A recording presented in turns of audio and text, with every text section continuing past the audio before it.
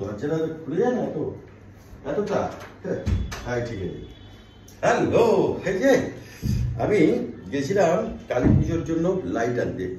আর গৈরিকা বলেছিল আজ কালকে কালী পুজো, তো আজকে লাইট লাগাতে হবে বাড়িতে। তো তাই জন্য আমি এটা একটা লাইট নিয়ে এসেছি, বুঝলেন। এটার দাম মাম, তো এটার দাম হচ্ছে গিয়ে 70 টাকা দাম বলছিল, তো 40 টাকায় নিয়ে এসেছি। তার কারণ হচ্ছে ওদের সাইডে না কিছু রাখা ছিল, ওগুলো একটু ডিসপুট, তাই জন্য দু একটা বাল্ব হয়তো নেই এর মধ্যে। সেই হোক, কম পয়সা দেবে গৈরিকা বুঝতে পারবে না, দু একটা জ্বলছে কি জ্বলছে না বলবো, আনতে আনতে হয়ে গেছে। তো কম পয়সায় এটা পাওয়া গেছে। তো কিন্তু এটা দোকানে ভিড় ছিল, আমি বললাম টেস্ট করে দিন, ওরা বললো টেস্ট করা যাবে না, দোকানে ভিড় আছে। আপনি বিবাহিত তো? আমি বললাম হ্যাঁ। বললো তাহলে বাড়িতে চলে যান, বাড়িতে টেস্ট করে নেবেন। তো আমি প্রথমে কথার মানেটা বুঝিনি, পরে বুঝলাম। কারণ আমার মতন অনেক স্বামী ওই এই ধরনের মানে 40 টাকা সস্তা দিয়ে একটু বাল্বগুলো কিনছিল, আর তারা প্রত্যেকেই বিবাহিত। বলছে বিবাহিত হলে টেস্ট করার দরকার নেই, বাড়িতে চলে যান। তো যাই হোক, আমি আস্তে আস্তে বিষয়টা বুঝলাম কেন টেস্ট করতে হবে না, ওইখানে ওরা কেন করায়নি। তো মামকে ডাকবো।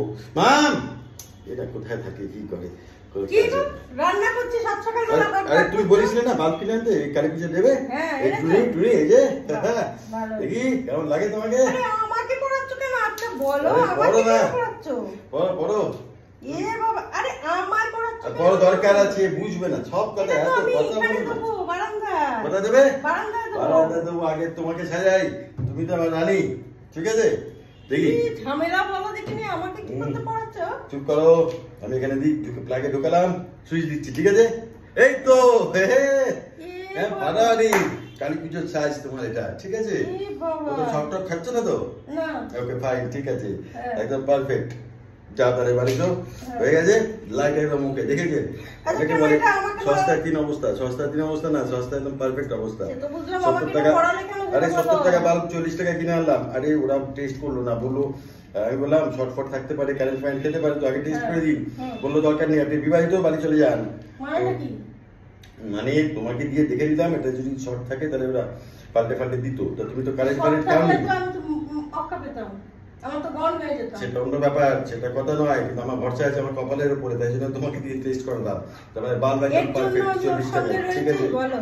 কি এত বছর করার পরে ও আমাকে কারেন্টের শক দিয়ে মারতে চাই? সব দিনই টেস্ট করলাম গো, এটা যদি লুজ থাকতো, কোথাও শর্ট সার্কিট থাকতো, তাহলে হতো না, চলতো না।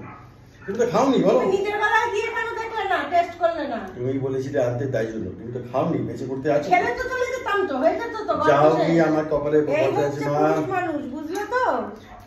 যাও রান্না রান্না মন দাও। রান্না প্রশ্নই ওঠে না, এটা পড় দিয়েছো গলায়। মনে করো আমি গেছি গন, আরে তোমার জন্য তো নিলাম। ঠিক আছে, রান্না বাইরে থেকে খেয়ে আসো। বাইরে থেকে? একদম। আমি আর এই কিচ্ছু করব না, এইটা দিয়ে ও আমাকে টেস্ট করাচ্ছে। আমি যদি মরে যেতাম, খাইনি না, বলো কারেন্ট তো খাইনি, তাহলে ঠিক আছে, মনে করো আমি খেয়ে গেছি, খেয়ে চলে গেছি অক্কা, বাস। তা লাঞ্চে কি হবে? হবে না, আজকে খাওয়া নেই তোমার, আমি আর মা আর গজা খাবো। কিনে আনলাম, হ্যাঁ বললো বলে, তারপরও খাওয়া দাওয়া, এটা ফেরত দিয়ে কিছু খাবার দাবার নিয়ে এসে খেতে হবে আমাকে। ছি ছি ছি, কোনো কাজের না।